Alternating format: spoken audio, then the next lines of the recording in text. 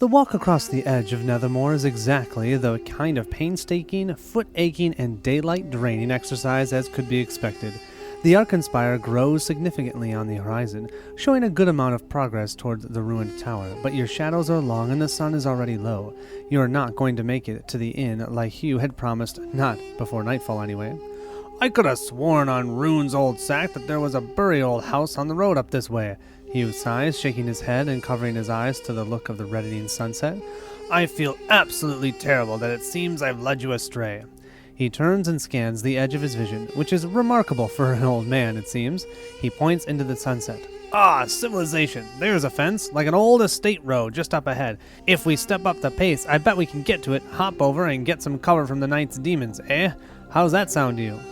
A blood-curdling, inhuman howl rips across the moors from the darkening dusk, answering his question before any of you can, and quickening your pace. But will it be enough? We now each have to do a resistance of 3 test. I'll be rolling 2 dice, Barrett will be rolling 3.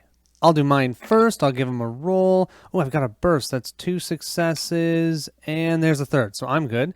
And then Barrett will roll all 3 of these, and he gets a burst with 2 focus. Another burst, oh my goodness, and 3. So 3 successes, he'll start the game with 2 focus. You reach the old wrought iron fencework and realize that it isn't the boundary to any old estate or mansion. It is a sturdy barrier for a dilapidated local cemetery yard. Great. All right, Hugh laughs nervously. So it isn't 4 walls and a barring door, but it is strong cold iron bars, a working gate, and more than a few backstop corners that make for a defensible campsite. It's not ideal, Hugh shrugs, and another bestial moan follows you from off the moor, sends shivers down your spine. But anything is better than being out in the open. What do you say? Should we hop the fence and find a good place to make camp inside the cemetery, or try and go around and put the graveyard between you and whatever's chasing you? Let's go ahead and hop the fence. Finding a foothold in the creaking fence, you follow Hugh over the top, careful not to gash yourselves on the sparkly tops of the posts. You move quickly into the graveyard, making the most out of the failing daylight. The headstones and mausoleums bear ancient names, some of which you recognize from the text and folk stories, but their age and importance is overshadowed easily by the fact that many of the graves themselves lie recently open and empty of their former inhabitants. A chilling sight when accompanied by the emergence of a thick evening fog. "Oh dear," Hugh gasped. "I think I've misjudged just how powerful the awakening altars have become." A wicked shrill laugh and a chorus of moans echo through the thickening night. "We need to hide!" Suddenly he breaks away from you, leaping spryly over a half-toppled headstone and into the mist, the gray cloud swallowing him up to be replaced by the swaying yellow eyes of the horrors that haunt you. Go to 004. Following Hugh into the gloom is like chasing a moonbeam. For an old man, he moves like the wind and makes almost no sound as he does so. Sure that he has lost you in the twists and the turns of the grave rows, you instead look to find some place you can defend against the monsters that you can hear shambling in the dark, and their crackling mistress. Knocking over a large half-broken slab monument to block one path, you back yourself into a tightly packed series of graves and intermittent structures. Go to 025. You make it to what you think is a defensible point inside the sprawl of the old graveyard. It is surely imperfect, and you cannot guarantee where the enemies will come from or even exactly what sort of horrors they might be. It might not be the old bury house Hugh had promised you earlier today, nowhere near it, but it'll have to do. The glowing eyes of the undead peer out of the otherworldly fog that has rolled in. Like a vaporous escort to the monsters that have followed you into the graveyard, it swirls and surrounds everything around you. "He has need of you," the ghostly woman cackles again. "or at least your meat and your bones." You grip your weapons tighter, knowing that you will need them soon enough. So it looks like we're going to be doing an encounter this time. The encounter deck we're going to use is Grave Circumstances, the threat deck is the Profaned, and the villain deck is the Wynora Mourn. So we have here, search the encounter deck for the Undead, Graves, and Aluna cards and put them into the encounter play area. Each hero places 1 quest token in the grave space farthest from them and then draws 1 threat. Now, I haven't played an encounter yet. This is going to be the first encounter that we're doing, so I'm not going to adjust any of the rules. We're just going to draw 1 threat per player each turn like you normally do, and then we'll see if it's too easy and maybe make a recommendation at the end. But that's what we're going to try with the encounters, because I know the encounters are a little bit different than the dungeon. Here are the 3 cards that are out in the encounter area. Remember, there's no quest, there's no altar here because it's an encounter. Instead, we have our encounter area, and then we have our villain area as normal. So we have graves. We can do an interact here and move a search token from your space to this card. You can activate this. When it activates, each hero must either discard one search token from this card or place a search token in the grave space nearest them that does not have one. We have the undead. This is one of the ways that we can lose. It says quest tokens represent the undead. Undead are figures that cannot be attacked or affected by non-encounter card effects. And we have an activate here. Each undead moves 2 spaces towards the gate space nearest it. Then move each undead on a gate space to this card. Each undead still on the board deals a hero adjacent to it 3 damage. So they're going to try and attack us. The only way that we're going to be able to get rid of them is through another interact. We have Aluna here. Each time a hero gains a focus, they can actually place focus on this card. And you can, within a range 3, roll one blue die for each focus that's on this card. And then for each burst roll, discard 1 focus from this card and discard 1 undead from the board. Then if no undead remain on the board, discard the top card of the villain deck. So whenever you do an encounter, your goal is always to defeat the villain. So we have to last long enough to get Winora out on the board and take her out. I also want to mention that the graves are considered features. So you can see when you're doing a search and you have to be adjacent to a feature, you just have to be adjacent to a grave. And then you'll put your search tokens on this as well for that. If there's ever 5 quest tokens on the undead card, the profane have gained enough legions for their nefarious purpose and we lose the game. Heroes cannot move into gate spaces. Where there is a search token on the board, the Aluna card is treated as if it were blank. So we can't have those search tokens on the board because then we can't use Aluna to actually get rid of the undead. During their turn, a hero may discard 1 card from their hand to discard an undead adjacent to them. So we can get rid of them in 2 ways. One is using Aluna, and the other one is just discarding a card from her hand when we're adjacent to them. This will also activate during the encounter phase. Each hero must place 1 quest token on the empty grave space furthest from them. Winora here will have an activate effect on this side. Each minion heals 1 damage. If there's no minion in play, each character has to do a charm resist of 3. And then she's looking for the knight. Each hero must either discard 1 focus or suffer 1 damage.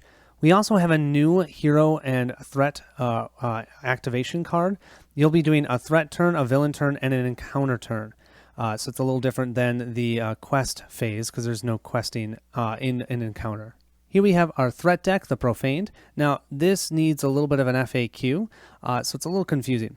Once during their turn, a hero may test their willpower equal to the X, where X is the amount of enemies that are in their room, or for us, since the encounter is 1 room, it's on the encounter board. And what you're going to do is you're going to reduce the amount of successes you get by the amount of enemies that are out there. And then for every one that you get above that, you can discard 1 threat token from a character. So we're going to get threat tokens on us, and it's essentially going to be fear. We're going to be scared of these guys.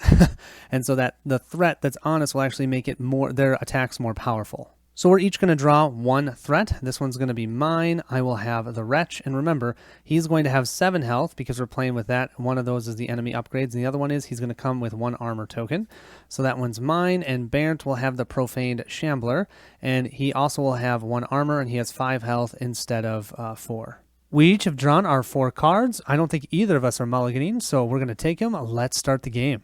So here we have our 2 undead. They are placed in graveyard spaces as far away as possible from us. We're over here. We're starting in these starting spaces. We believe Hugh is with us. I'm going to control Hugh. And we have our 2 enemies, the Wretch over here and the Skeleton over here. After a lengthy discussion of about 30 seconds, I have decided to go ahead and go first. Van Gijs is going to take his first action. He's going to use Persistent Tracker. Now, this is an action and a bounty. So I'm going to go ahead and search the grave that's actually right in front of me using my Fortitude, which is fantastic because I love Fortitude, as you could tell by the intro. Then you may reveal the top card of the threat deck and return it to either the top or bottom of the other deck. And I've actually got my die here because I'm going to plan to do this too. I'm going to be able to attach this card to an enemy in your room. After the attached enemy is defeated, you get an additional supply. That's called bonus. That's like a bonus right there. It's like a Christmas bonus. The card on the top is Growing Dread, and from the reaching out of evil hands, I don't want it anywhere near me. So we're going to go ahead and put this at the bottom. Let's roll some dice and see what we get. We got a burst and 2 other successes. That's awesome. I'm going to go ahead and roll another burst in there. Oh, that was really good. We got 1, 2, 3, 4 successes. We're going to go ahead and get the focus token from that roll, and we're going to give it to Aluna because that's going to be sweet for her. Now let's go ahead and take a look at our card. We got the Potion of Agility. Actually, this might not be too bad. It says use before rolling a die, and I could use my agility and gain +2 dice for the test. Sweet! But you know what would be even sweeter is if I gave it to the Bard because he's all about agility. Geyser, being the Fortitude Master, is going to go ahead and gain 3 supply for that roll, and of course we're going to place a search token on that tombstone. The one thing I need to do is go ahead and say where this is going. We're going to put this on the Shambler, and at this point, we're going to go ahead and have Colin. He's such a great bard. He's going to go ahead and exhaust himself to go ahead and gain a melody token for me. In order for me to give that melody token to Barrett, I have to re-roll a wind die. So I've grabbed the wind die that was in the altar pool. I'll give it a re-roll. We've now got more water. Gaining that melody token and getting some more water in the pool. Apparently we're in a flooded graveyard. We're going to go ahead and continue our actions. The first thing I'm going to do is I'm going to use that melody token to exhaust my character to move the 2 spaces. And then I'm going to go ahead with my second action.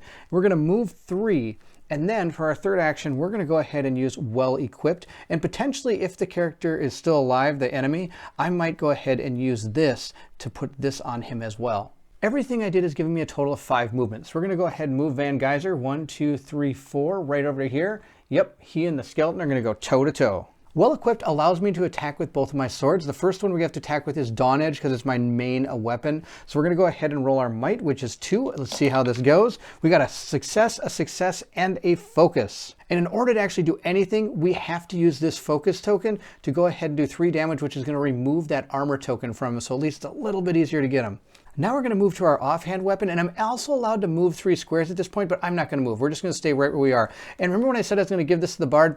I decided to be greedy. We're going to go ahead and use this, giving myself 4 dice for this attack instead. So let's go ahead and take these 4 dice, roll them up, and see how it goes. We got a total of 4 successes. With the 4 successes, we're going to be able to do 2 damage because, of course, he still has that 2 armor. Now, he's almost halfway dead, but because they also get an extra hit point, he has 3 left. And since sadly Geyser wasn't able to destroy this thing, we are going to go ahead and use that water to place this card on him as a bounty. So I'm going to reduce his defense value by 2. So hopefully if we get another action sometime, maybe a Bard might give it to us, we could actually take him out. But I do have to re-roll the altar die. We got another water. Yes! For the final part of my turn, I'm just going to go ahead and draw a card. Stern Clairvoyance. Before we move into my turn, I do want to mention we have these 2 pieces of equipment that we got from the last chapter. The Ancient Relic, we decided to have Bernd. He's going to control that one, and I'm taking care of the Enchanted Cloak. The nice thing about this is my Charisma is 3, so now my health is 13, and poor Van Geyser's is only 12. What a wimp. As Barrett is rushing onto that skeleton, the first thing I'm going to do is actually a feat. It's not even an action. I'm going to go ahead and test my charisma. For each success, I can place 1 melody token on a hero character card or an enemy card. As long as I gain 1, I'm hoping to use 1 for this earth so I can choose a hero to perform an action. And you better believe I'm hoping to give Barrett an action so he can go ahead and kill that Shambler. I'm also going to use one of our 3 supplies here so I can roll 4 dice. I want lots of melody tokens. So, oh, there's 1 burst. Let's go ahead and roll that in. Bummer. So I have a total of 1, 2, 3, 4, and 2 focus. I'm going to gain 1 of those focus for myself, and I'm going to go ahead and give the other one to Aluna. So Aluna has 2 focus. And Barrett, who's helping me out, mentioned that I actually have 2 bursts. So let me roll another die in. Okay, that's nice. So let's recount this. I have 1, 2, 3, 4, 5 successes, and still 2 focus. I gained 1 of the focus. I gave the other one to Aluna, so Aluna has 2 focus on her. And with 5, I'll go ahead and gain 4 of the melody tokens, and I'll give 1 to Barrett. And then I'll use one of those melody tokens to allow Barrett to do an action. Thank you so much, Colin. We're going to go ahead and use Dawn's Edge to use my might. Let's take this guy down. We got 2 successes, which is enough to do 2 more damage because I eliminated his defense. And I think that means what we have to do is, sadly, we're going to have to throw some darkness into the pool because I'm going to go ahead and exhaust Dawn's Edge. And I'm also going to use that light that's in the pool to deal 1 damage to an enemy within range and then change 1 other altar die to night. So we're going to go ahead and change that one, re-roll this one, and kill off the Shambler. Oh, we got some earth. That's it, earth. It's awesome. I like earth. So that's going to go ahead and give us 2 supply, bringing our total to 4 and a dead Shambler. How about we have a little fun for our first action? We're going to discard a melody token. We're going to attack with our agility, +1. This is one of our upgraded cards. So we're actually attacking with 3 dice. Before this attack, you may discard 1 melody token, which we have here, to add +1 die. So I'm actually rolling 4 dice for this attack. I can attack at a range 6. Then I'm most definitely going to use the Knight here. And we're going to move up to 3 spaces and then deal 1 damage to an enemy within range. This wretch over here is 1, 2, 3, 4, 5. It's within range of 6. Gosh, that card is amazing. Let's go ahead and play our battle hymn and hurt his ears. I'm also going to use this 1 supply, even though Barrett's giving me a hard time about all the supplies that I'm using. So I'm rolling 5 total dice and 1 altar die. Let's see what we can do. That's not a great roll. That's not a great roll at all. We have 1, 2, 3 own total successes, but I am going to gain 3 focus.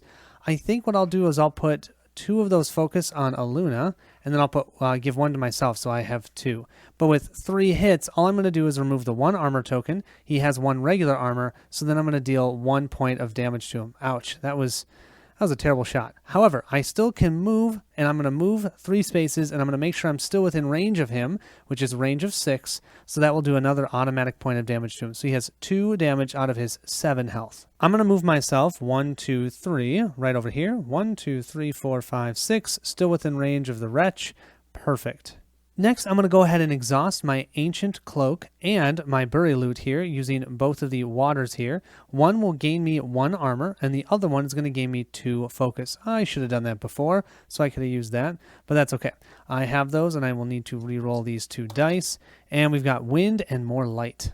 Well, you guys, what I didn't realize when I moved here is I am not within range 3 of Aluna. Aluna is right here on the center of the board. So I could have gone here, 1, 2, 3, 4, 5, 6. I'd still be within range 6 to do everything that I was doing. And we haven't had any more information that's happened since I did that. So we're going to give it to us and say I moved here. Because my next action, I'm going to go ahead and interact with Aluna. What I get to do is I'll roll 4 dice. For any of the bursts that I roll, we can discard 1 focus, and then we'll discard 1 of the undead that's on the board. Then if there are no undead on the board, we can actually discard the top card of Winora's deck. Really want to be able to do that. So let me give these a roll. I got 2 bursts, you guys. Okay, I also, with those bursts, get to use the roll and keep rolling. Okay, so what we have is 2 bursts. Let's discard both of these. That's perfect. There are 2 undead on the board, so we're going to remove both of those, and then that allows us to discard this top villain card, Dinner Preparations. That ain't happening.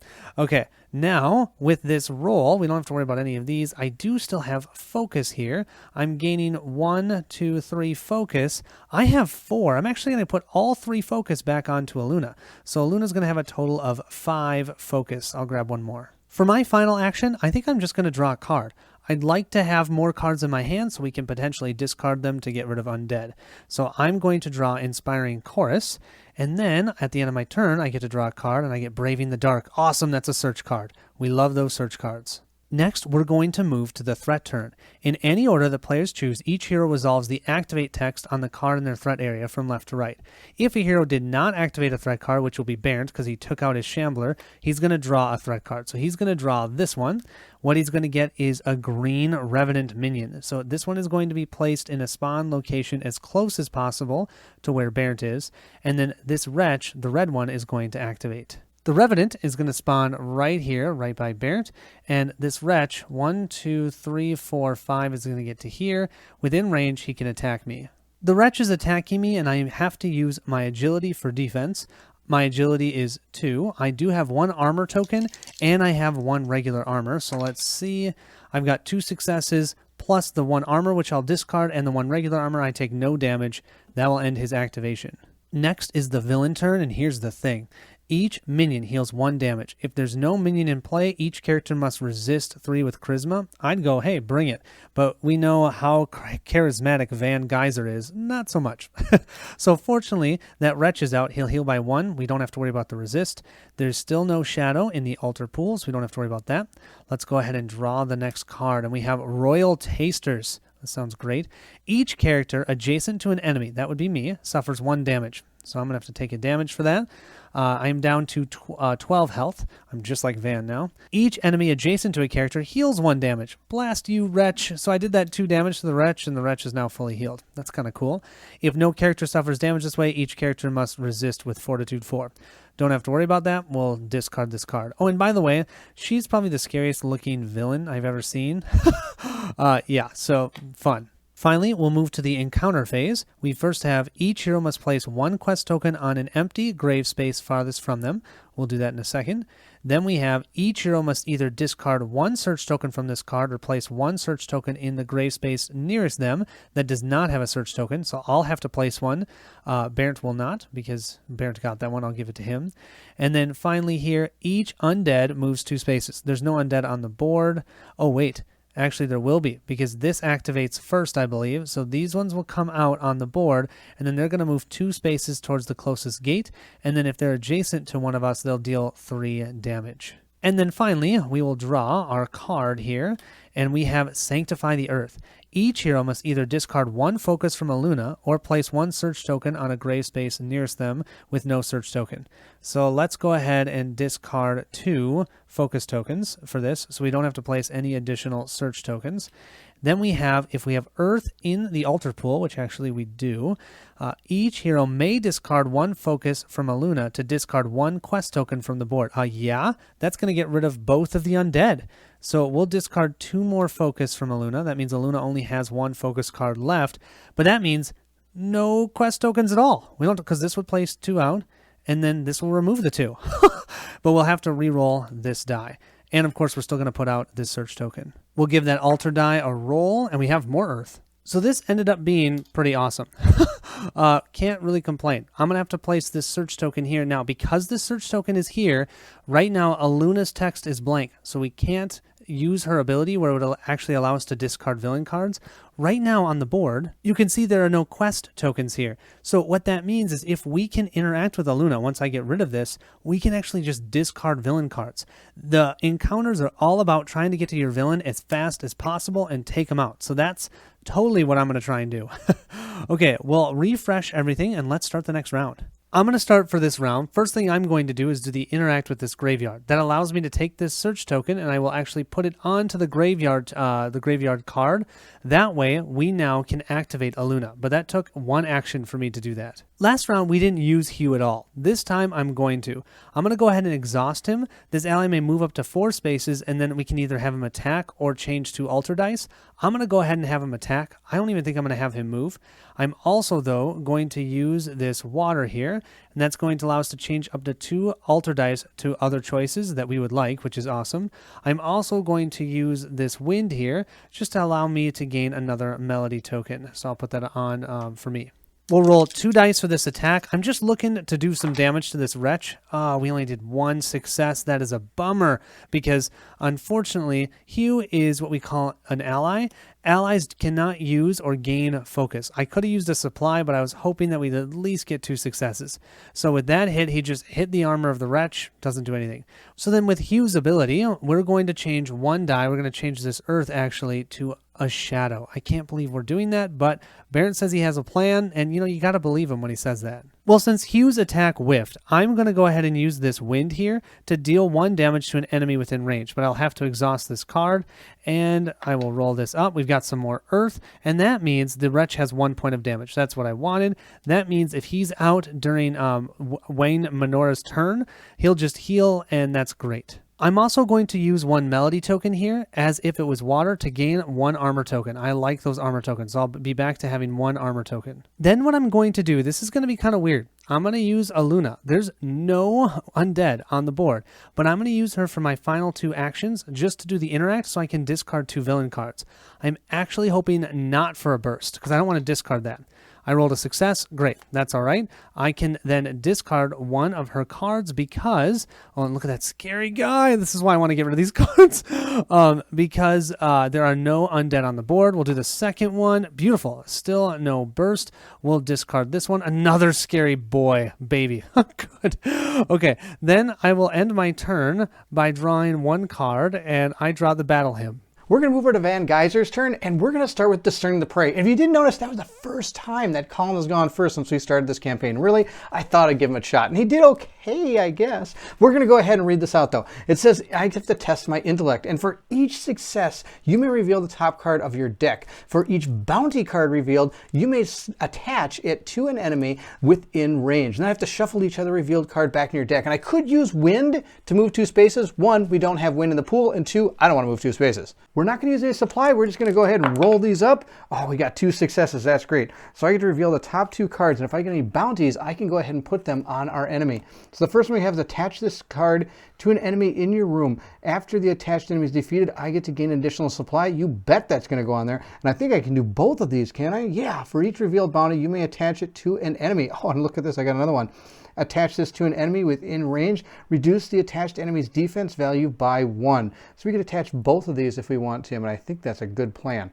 After looking at our minion, he actually doesn't have any armor. He has 1 armor token, so this one would be pointless to do, and it's a great card to actually attack with. So I'm actually going to shuffle this one back into my deck instead of attaching it to him. After seeing how good our Minstrel and Hugh did, which if you didn't notice, they didn't do very much damage, I'm going to show them how to do it. We're going to try to take this guy down in 1 turn. For my first action, we're going to go ahead and attack with Dustfall using 2 agility dice. Let's roll them up. We got a hit and a focus. That's not how you show people how to fight, but we are going to at least be able to get rid of the armor token, and I actually am going to gain the focus token because I only have 1 right now, so I want to get it up to 2. At this point, I'm actually going to exhaust Dustfall, and Dustfall is going to do 1 damage automatically by going ahead and exhausting our shadow die. Then I'm going to go ahead and turn any other die to a light, so we're going to turn this one to light. We're going to roll up this shadow die into something else. We got wind. That's pretty good. Silly Van Geyser using Dust Edge against the undead. He probably wants to use Dawn's Edge because, you know, they're not too fond of light. We are going to use a supply for this one because, well, I guess I'm not too confident myself very much anymore. We're going to roll up these might dice. We got 2 and a focus token. And we are going to use that focus to go ahead and get 3 successes, which means he has taken 3 more damage. He has taken 4 damage, and he has a total of 8 health, so he's down to half health. This is coming down to the wire, fighting her. Let's see if we can take her out. I need to roll 3 dice because I'm going to use a supply. Oh, we got to get this girl. Let's take it down. 1, 2, 3. Oh, no, that's not enough. She is left with 1 health, but that's okay. We can exhaust Dawn's Edge, but it's a kind of a double-edged sword. Get it? Dawn's Edge is a sword. We're going to go ahead and exhaust it to go ahead and deal 1 damage to an enemy within range and change any other dice to a knight. And we're going to turn our light die into shadow. Oh, man, we took it out, but it was a big fight, but you have to do it. Now, of course, for defeating this creature, we are going to gain 2 supply because this character had that bounty on him. So we're going to go ahead and gain these. We're up to 3 supply. And I do have to go ahead and re-roll the light die. Let's see what we get. We got fire. All right, lots of fire. So apparently we went from a flooded field to a burning field. The last thing Van Geyser is going to do is draw a card. Oh, we got a well-equipped card. This one's lots of fun. Well, since Van Geyser can't seem to get Shadow out of the altar pool, I'm going to have to do something for it. Moving into that threat phase, the Wretch is going to go. He's going to attack me with this Inflict. And then, unfortunately, he has this Shadow here effect that he would normally do. However, I have my Verse of Diversion. Play before an enemy activates to place 1 melody token on that enemy's card. Then choose a hero to gain 1 melody token. I'm going to go ahead and gain the melody token. And then what I can do with that melody token I put on the Wretch, I can discard that melody token immediately, so this effect does not happen. Woot. Then I'm going to use this fire here to have each hero may either gain 1 melody token or discard a melody token to gain 2 focus. So I'm going to keep my 3 melody tokens. Barrett, though, is going to discard his 1 because apparently he doesn't think it's worth it. And he's going to gain 2 more focus, so he has a total of 3. I do have to give Barrett props because he was able to take out that Revenant. So because of that, he's also going to have to draw one of these cards. And he gets another one. And this one's yellow. It's going to show up in the same spot. Yeah, it looks like he's going to be busy for the next turn. I'll roll 2 dice for this attack that's going on me. And I get, and I had to re-roll the altar die that I used for this. So I'm getting 2 successes, and I have an armor token here for 3, and I have my regular armor, which is 4, so I blocked all of it. I'll gain that focus, and I think I'm going to put that focus onto Aluna. So that sounds good to me. So Aluna has 2 focus on her now, and that will end the activations for the threats. Now we'll move to Anora's turn. She's going to do her activate effect here and heal up that Wretch. That Wretch has now healed up to full, but we do still have that Shadow here. That says each hero must either discard 1 focus or suffer 1 damage. We're each going to discard a focus. That'll put Barrett down to 2, and I'll go down to 3. Then let's go ahead and draw our villain card, and we have Call for the Caregivers. Each hero must test their intellect 3. Each hero who fails must draw 1 lurker card. Oh no! I'm going to go first for this. I'm going to use a supply so that I'm rolling 3 dice for this, and I'm re-rolling that Shadowed Altar die. And I have, wow, 1, 2, okay, I've got a total of 3 successes there, and I still have 2 focus that I can gain. I'm going to gain 1 of the focus and put the other focus onto Aluna. So Aluna now has 3 focus. And unfortunately, I rolled Shadow. Okay, Barrett, let's see you. You're going to also use a supply? Yeah, that sounds like a good plan, because I don't think getting those lurker cards is going to be bad news. Come on, Van Geyser. 1, 2, 3. Yes, 3 and a focus token. So I'm going to go ahead and grab that focus token, giving me 3 total focus. Moving to the encounter phase, first we'd each have to place 1 quest token on an empty grave space farthest from us. Then with this one, we're going to have to discard this 1 search token that should have been on there. Sorry, I had pulled that off already. And the other one, we're going to have to actually place onto the board. I'll place it next to me. And then those 2 quest tokens are going to move 2 spaces towards the gates. Next, then, we will draw our encounter card, and we have the Blasphemers. Each hero must either discard 1 focus from Aluna or activate the enemy farthest from them, drawing a threat card if unable to activate. We'll get rid of 2 focus. I think that's okay, right? Yeah, we're going to get rid of 2 focus. So there's only 1 focus on Aluna. We'll place our 2 undead over here. Each of them will move 2 spaces towards the closest gate. As you can see here, if we don't take care of them this turn, they're both going to get there and escape.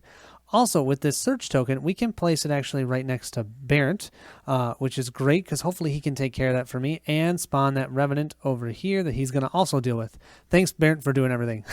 Let's go ahead and jump into the next round. Colin has given me a tall order. Good thing I'm a tall guy. We're going to go ahead first and take care of that search token by interacting with this search token. So bye-bye search token, mission 1 accomplished. With that search token gone, now we can go ahead and take care of Aluna. Oh, she's been so good to us this far. Hopefully she continues. For our second action, we're going to continue with our tall order by trying to take out the enemy in front of us. We're going to start by playing well equipped, which allows me to attack with my main weapon and my offhand weapon, so I get 2 attacks. So our first one, we're going to use our might, and we're going to go ahead and roll. I got 2 hits and a focus token, and we're going to go ahead and use that focus token to not only get rid of this defense, but then the other 2 successes are going to be damage that we're going to be putting on the enemy, and she's down to 6 health right now. So we're going to continue attacking. We're going to use our offhand weapon, which is Dustfall. Probably not going to do as well because, of course, this is more of a night type weapon.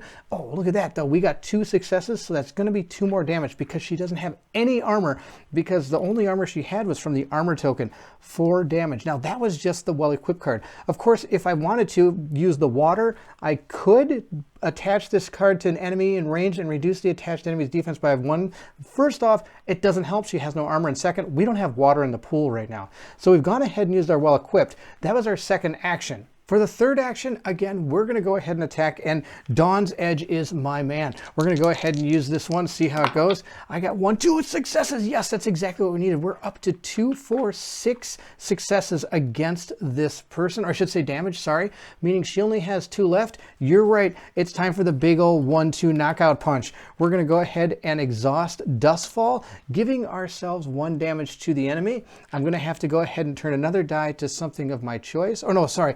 I have to turn it to light. Then I'm going to go ahead and exhaust Dawn's Edge to turn the light die, or to use the light die, and then I have to exhaust or turn a different die to night. Oh, I hope you kept up with me on that one, but we got everything taken care of. This character is dead. Oh, totally took out the enemy in front of me, but I do have to go ahead, roll a couple altar dice, and we gain a supply for taking out the enemy. We're going to go ahead, roll the altar dice that we used. Oh, we got 2 wind, and check it out. My tall order was complete. So Barrett did great, except for he did miss one thing, and that was putting any more focus on Aluna. So unfortunately, Aluna only has 1 focus. That's going to be a tall order trying to do that one. So let's first start with Hugh. Hugh's going to go ahead and exhaust, and we're going to have him attack with his intelligence. He's going for that wretch. That wretch still has 1 armor. I just need 2 successes. Oh, 2 successes. Can't do anything with the focus, but that gives us 1 point of damage on that wretch. Perfect. I just want him to be damaged so that Winora will have to heal him. The first action that I'm going to do then is Braving the Dark. I'm going to try and do a search. There's 1 search token on the graves already, so I need 2 or more successes to get a search card for this. and then I can place another search token. I only roll 2 with this, but I get to gain +1 die for this test if I have 1 melody token on my card. I do. And then I'm going to use this fire here to gain another supply. So I'm actually going to gain another supply, and I'm going to use a supply for this. So I'm going to roll 4 dice for this. I'm also going to gain the supply so I don't forget from that one. And I'm going to re-roll this die. Let's see what we can get here. Well, that was an okay roll. Actually, this will work out really well, you guys. So this is what I'm going to do. I'm going to have both of those as successes. That means the first one's canceled out by the search token. The second one is going to give me a search card. So I'm going to gain the Potion of Fortitude, and this can help with my Fortitude. Great, so I'm going to keep that one. Definitely not going to give it to Barents because he didn't give me the Agility one. Then I'm going to gain 1, 2, 3 focus. I'm going to put all 3 focus onto Aluna. That means Aluna has a total of 4 beautiful focus. And we've got some water in the altar pool. I'm also going to place this search token onto the graves, and now this time we'll each be able to discard a search token from the graves, and so that means Aluna will be active for the whole next turn. Beautiful. Then I'm going to go ahead and exhaust my enchanted cloak. I'm going to gain, whoops, that's the wrong one. I'm going to gain an armor token for that one. And then I'm going to exhaust the Songs of Home, and I can place a melody token on either a hero card or an enemy card. I'm going to put it onto Van Geyser, helping him out a little bit, even though we've been giving each other such a hard time. And then I'm going to re-roll both of these. And we've got, oh no, we've got more Shadow. That's not what I like. And Wind. Next, I'm just going to exhaust my Willow's Slingshot here, dealing 1 damage to that Wretch. So that means the Wretch now has 2 points of damage. Come on, we are trying to roll some Earth if we can. No, there's more Shadow, because why not? Let's just be filled with Shadow. So that Wretch has been bothering me, so what I'm going to do is spend my second action here, and I'm going to attack with my Agility. My Agility is only 2. Before the attack, you may discard 1 melody token. Heck yeah, I've got 4, so I'll discard 1, and that's going to give me +1 dice. So I'm going to roll 3 for this. And then here, I'm also going to use a Shadow, and I can either move up to 3 spaces or deal 1 damage to an enemy within range. And you know I'm probably going to be dealing the damage to the Wretch. Let's see what we get. I'll roll these up. So I have 2 successes and a focus. I'm definitely going to put the focus onto Aluna. So that's going to give us a total of 5 focus on there. With the 2 damage there, one's going to be negated from the armor. The other one's going to go onto the Wretch. That's 3 out of his 7 damage. Man, he's still not gone. Now, the nice thing is I can go ahead now and exhaust my Bury Loot. Choose a hero within range to gain 2 focus. I'll go ahead and gain 2 focus, and I can do that because I have that water die right there. That maxes me out at 5 focus. Ooh, when I gain that, I'm going to put 1 of them over to Aluna. So Aluna's going to have yet another focus. I'm going to have 4. Okay, that's going to exhaust this card. I'm going to pick all of these up, and that means I have to reuse this one. I'll roll it. We've got some light. We're going to gain or deal another point of damage to that Wretch. So that Wretch has 4 points of damage. I don't need to do the moving. He has 3 health, or actually, yeah, 3 health left. For my final action, look at all of that focus. See, Bear, this is how you do it. 6 focus here. I'm going to roll 6 dice looking for burst if I can. Let's see. I see 1 burst, and so since I have that burst, I can roll another die in. Come on, be another burst. Be another burst. Oh, it's not. So with that 1 burst, I am able to discard 1 focus, and then we'll discard 1 of those quest tokens. But unfortunately, we can't discard 1 of the villain cards like we were hoping because there's still 1 undead out. I will, however, gain some focus. I'll gain 1, 2, 3 focus. I'm at 4. I'm going to put all of 3 of those focus onto Aluna. So Aluna has tons of focus. We'll go ahead and remove this undead from that praying, and then we'll each draw a card, and I get the Inspiring Chorus. Oh, I got Persistent Tracker. That's awesome. I can do some searches. Moving to that threat phase, this Wretch is going to go ahead and engage and attack me yet again.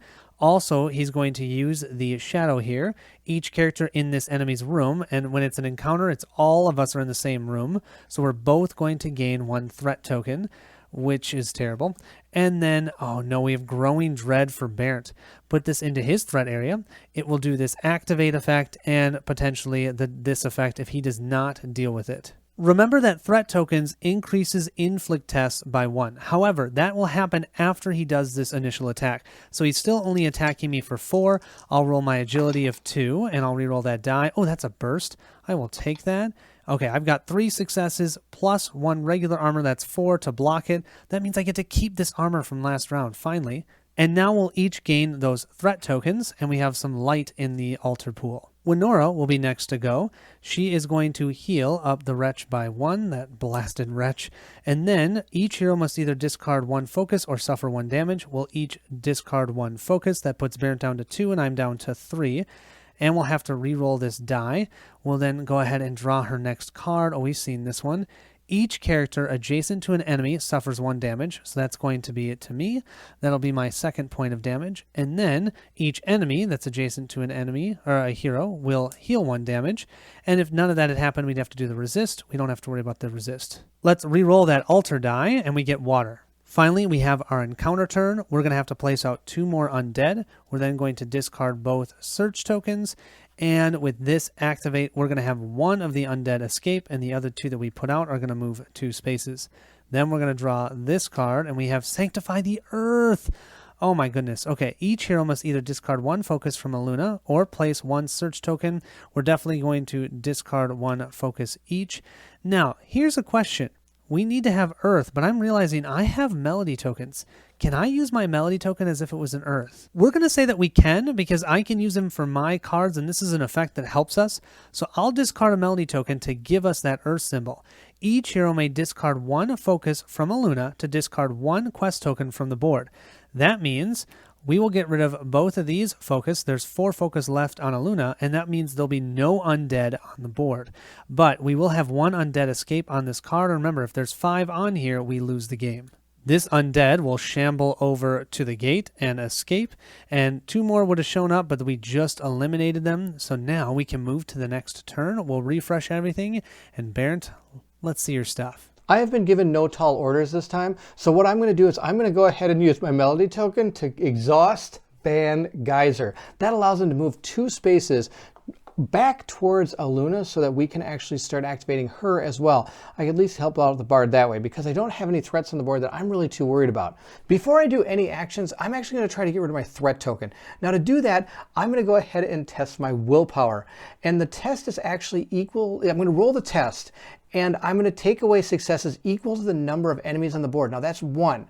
Now any leftover successes are really considered a success, and I can take those threat tokens off. So let's roll 2 and see what happens. We got 2 and a focus token, and I'm going to go ahead and keep that focus token this time because we got plenty on Luna and there's no undead out there. That does bring my focus total up to 3, and I do get to get rid of that threat token now. Fantastic. Removing my threat token wasn't even an action. We're now going to do our first action. I'm going to use a supply to use Persistent Tracker. We're going to roll 4 dice for this search, and we're going to see how this goes. Come on, we want lots of successes. I got 1, 2, 3, 4, and instead of gaining the tokens, I'm going to go ahead and use them to get even more successes. Oh, we're going to get a card. We're going to get a bunch of resources. It'll be awesome. The card I got is going to be the Potion of Willpower. Oh, that's going to be fantastic if I get any more of those threat tokens. Before rolling dice, I get to add some stuff for my willpower test. Awesome.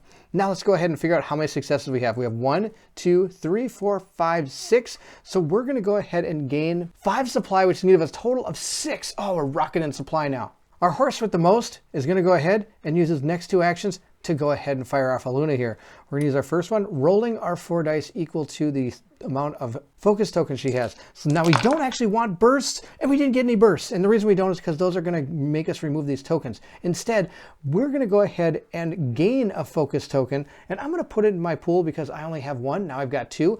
And since we were able to do this, we get to discard a card, get rid of Evil Baby again, and we're going to go into our second action. I'm going to roll up 4 more dice and not get any bursts. No bursts. That's awesome. And I get to gain 2 focus tokens this time. And again, I'm going to go ahead and keep those focus tokens, and we're going to get rid of a card. Ah, not a creepy baby.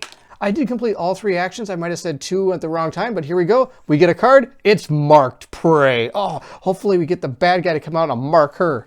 Well, I think it makes sense to have us discard the last villain card. So the first thing I'm going to do on my turn is roll 4 dice here.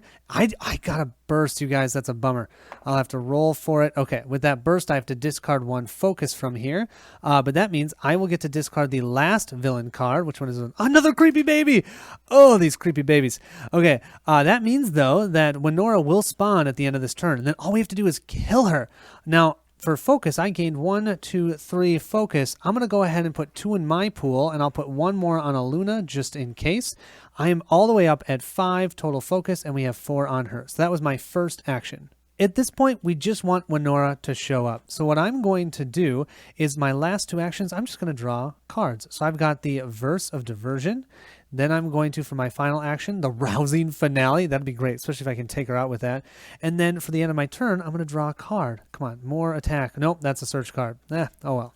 We'll move to the threat phase, and just so you can see the altar pool, because I haven't shown you this in a bit, none of them are shadow this time. Thank you, Baron, for not putting shadow in our pool.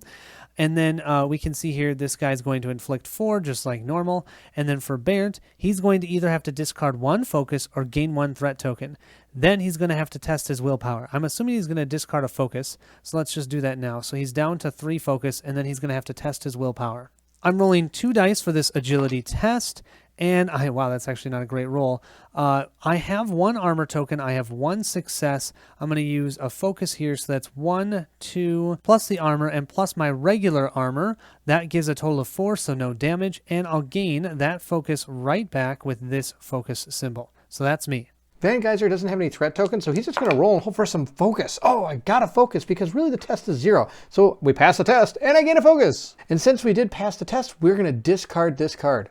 Now we'll move to the villain turn, and the first thing she's going to do is just heal up that wretch by 1, so that wretch has a total of 1 damage on him. That's fine by me. There's no shadow in the pool, so then we're just going to flip her over and she's going to activate. She has 16 plus 2, a total of 18 health, 3 armor, plus she's going to get 2 of the armor here because of the 2 enemy upgrades. Whew, she's going to be fun. And she's going to immediately activate. Each character in this enemy's room, which is both of us, must either discard 1 card or resist Charisma 4. Then it's going to engage and inflict a Charisma 6 attack. And if it did have any shadow in the pool, it'd actually heal by 2 damage. I'm going to go ahead and do the Charisma Resist test here. So I roll 3 dice for this. I get, wow, that's a burst at least, and 2 focus. Okay, that's a little bit better. I have 2 successes here. I will use 2 focus, 1 here and 1 here for a 4, so I take no damage, and I'll gain 1 of these focus back. And then Barrett's going to do his. Instead of taking the Charisma test, because my Charisma is a 1, I'm going to go ahead and discard this card. And that's going to nullify the first attack. Winora's going to spawn as close as possible to one of our characters. So she's going to spawn here. She can move up to 4 spaces and has a range of 5. 1, 2, 3, 4. Let's say 1, 2, 3, 4. She's going to move here, and she's going to go ahead and attack Barrett. As I've said before, Van Geyser's Charisma is fantastic, so he's going to go ahead and use one of these supply to give myself 2 dice to try to block the Screaming Baby. Let's see how we do here. I got 1 and a burst, which is fantastic. We need more of those. Well, I think we're going to have to go ahead and use our focus token to give us 3 blocks. I'm still going to take 3 damage, but I do have 1 armor, so it actually is only going to be 2. Finally, we'll move to the encounter turn. Each hero must place 1 quest token on an empty space. We're going to do that. Then we have discarding this search token, and we're going to have to place 1 of these search tokens out, which means that Aluna is totally negated. We can't get rid of undead. And then the undead are going to move 2 spaces. Then we're going to flip our next one, and we have Unbridled Necromancy. Each hero places 1 quest token in the empty grave space furthest from them. So we're going to have more undead. Great. There's no shadow, so we don't have to worry about that. First, we'll place our search token right here. Next, we'll put 2 quest tokens in 2 grave spots, and they're each going to move 2 spaces towards the gate. And then, unfortunately, we're spawning 2 more. Oh boy, they're all going to try and run to this gate, and if all 4 of these escape, we lose the game. I'm going to take the helm this time, and the first thing I'm going to do is move, and I'm going to take 2 actions to do this. 1, 2, 3, 4. I'm going to move here. That sounds kind of terrible, right? Spending 2 actions to do that, but that's because I'm giving this Potion of Fortitude over to Barrett. That's a free action to do that. My third action then will be to do a search on this graveyard. What I'm going to do then is exhaust my Song from Home and my Enchanted Cloak here, and that's going to gain me 1 armor token, and it's going to gain 1 melody token, but I'm going to give that to Barrett. He needs that. So I'm going to go ahead and use these 2 altar dice, give them a roll. I've got an earth and a water. That's awesome. The other thing that I did, I forgot about this threat token, you guys, last round. So I'll take 1 point of damage because the inflict test from the Wretch should have been +1. Then I'm going to quickly try and take care of that. I have to do an intellect test equal to the amount of minions on the board. There's still only 1 minion on the board. My intellect is 2, so I'm just going to roll 2 dice here. I've got 2 successes. With 1, it's canceled out because of the Wretch. The other one, I can get rid of the threat token. Great. And remember, that's not an action, so I can do that no problem. Let's keep going with our exhaust effects. I'm then going to exhaust my slingshot here and deal 1 damage to Winora, so she now has 17 health. Awesome. I'm also going to use my loot here, and I'm next to Barrett, so I'm going to go ahead and give Barrett 2 focus. That's going to give him a total of 5. Yeah, I want him to be the hammer that takes down Winora. So give him both of those. Let's roll these 2 dice up. Okay, beautiful. I have light and water. The biggest thing is no shadow. That's what I wanted to see. Now I'm going to finally do that third action. So I'm going to do a search with fortitude. That's normally 2. I'm going to gain +1 die because I have 2 melody tokens. So I'm rolling 3 dice. I'm going to spend 1 supply. So I'm rolling 4 dice. So I'm going to roll 4 dice for this. Then I'm going to spend 1 melody token to gain either 1 supply or 1 melody token. I'm going to gain another supply. This is just going to help us with all of our supplies. Hopefully for end games, we can gain cooler equipment. So I'm going to roll 4 dice here. I have 1, 2, 3 successes. I'll use a focus for 1 more. That's 4 successes. 1's going to be canceled out from a search card. And this is the potion of healing. Great. And then I'll gain 3 more supply. That's going to put us at 9 total supply. Oh, that's awesome. This also means we can place a search token on the graves. The last thing I'll do is go ahead and draw a card, and I get Braving the Dark again. Van Geyser again has a tall order ahead of him, and he's going to start his turn off by playing Shared Bounty. I'm going to be able to play this on a hero within range. I'm going to play it on myself. And then I can go ahead and exhaust Light to attach a discounted bounty card to an enemy within range. So the discarded bounty card I'm going to use is well equipped. It's the super one. And this one's going to allow me to reduce the enemy's defense value by 2 within range. And she's totally within range. So we're going to put this on her. Now that we've done that, we're going to go ahead and roll this. But be in mind, I'm also going to do the use effect as soon as I'm done rolling this dice to allow myself to move 3 spaces and deal 2 automatic damage to an adjacent enemy attached with a bounty card, giving her 3 damage, meaning she's only has 15 left. We have to re-roll that altar die, and we got Wind. Wind is fantastic. My Shared Bounty being an ongoing is still out there, and like I said, now I'm going to go ahead and do the usability, which is going to allow me to move 3, but I'm only going to move 2, and then we're going to deal those 2 damage, which we've already done. Now, in true Colin and Barrett style, we're going after the boss. We're totally going to ignore this undead that are down here on the bottom of the screen, and hopefully we can take her out before they win the game. Van Geyser is all about his fortitude, and he gets to go ahead and use Marked Prey. That's a fortitude attack, so he's going to be able to use 3 dice for that. Then he's also going to gain 2 more for the potion, and if you can see right here, yep, using a supply. So we get 6 dice. Let's fortitude her really good. We did get 1 burst, so I'm going to go ahead and roll that up. Okay, that's not too bad. I'm just going to dump focus onto her pretty much. I'm going to go ahead and play the 2 focus that we have here. So we got a total of 1, 2, 3, 4, 5, 6, 7, 8, 9. And that's going to be the amount of successes we get. And so I'm going to go ahead and remove 2 of the armor tokens. And I've also put that bounty on, so she only has 1 defense left. So with 9 total successes, we are going to subtract 3, giving ourselves 6 damage that we're going to be putting on her. And so we've already gotten her down to half health. For Van Geyser's third action, we're going to try to repeat the same thing we did. And the only way that's going to happen is a lot of bursts. But that's okay. We're going to go ahead first before we do. I am going to spend that wind die to give myself the ability to put Marked Prey onto our enemy. And we're going to then be able to give an extra die for us when we use Dawn's Edge. I mean, why not? We're using a Sword of Light to attack a vampiric type creature. So we're going to get 2 dice for the actual skill of Might that he has, 1 for the actual Prey, Marked Prey card, and I'm going to use a supply to give myself another one. So we're going to roll up 4 dice. Come on, bursts. We got a total of 2 bursts. We're going to roll those over here. And we got 1. Oh my goodness, this is amazing. All right, we got 1, 2, 3, 4, 5, 6. Is that right? 3, 6, 7. I'm going to go ahead and spend a focus token. I don't see why not. That's 7 more damage, and she only has 1 defense. Oh, man, this is an amazing combo. I love this. And that's going to bring her down to 3 health left. Wow, I'm absolutely rocking it. Okay, the things I have to do is first I have to roll this die. I could have rolled it with all the other dice. It would have been a better plan. I got Earth. We're going to put Earth back into the pool. Then the next thing I'm going to do with all these dice in here is mass chaos, but that's okay. That's what this game's all about. Oh, chaos when you're fighting the bad guy. I'm going to exhaust both of these, which means we're going to start exhausting dice. We're going to turn that die, or exhaust the light, to turn it to darkness. Then we're going to use our darkness, exhaust that, to turn this one to light. That's going to give us 2 more damage on her automatically. It goes straight to the armor. Guess what? 1 health. We're 1 health away from getting her. Hopefully we can take her out. Now we do have to roll a couple of these dice as well. Clearing all the chaos, we're just going to go ahead and roll up those 2 dice. Oh no, we got darkness. Well, hopefully that's not going to affect us too bad. Well, the nice thing is, exhaust effects you can do even when it's not your turn. And Hugh is here. He sees that Winora is almost down for the count. So what he's going to do is exhaust, and he's going to attack with his intellect. He can't use focus, but he can use supply. So we're going to use supply for this attack. We're going to roll 3 dice. We only need 2 successes to take her out. We'll move Hugh 1, 2 spaces. He's now within 1, 2, 3, 4, within range 4. That was 1, 2, 3. He's within range 3. He'll go ahead and attack Winora. Rolling 3 dice for this attack, and we have a burst. Let's go ahead and burst that.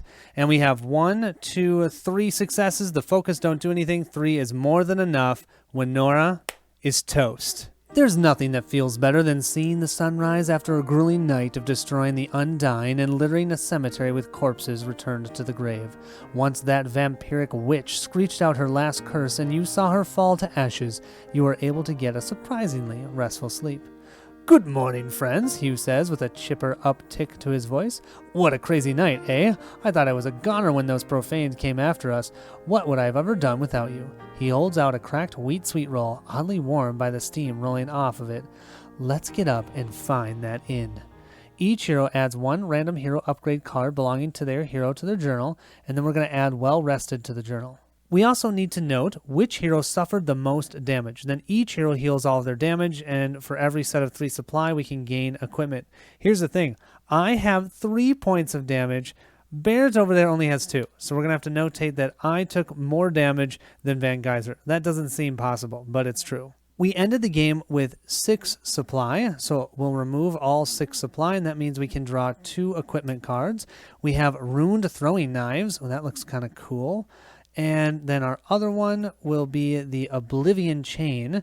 Ooh, that also looks cool. That's an equipment as well. We'll be able to put both of these into the journal since we each get to choose 1. Next, we're going to grab this well-rested card. That means in our next quest, we'll start off with a focus, and then we each randomly gained an upgrade card. Bernd has the Road Warden, and I will have Braving the Dark.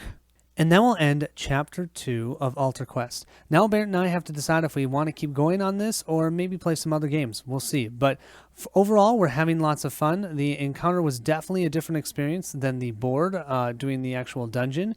And I hope you guys enjoyed it. Thanks so much for watching, and I'll catch you later.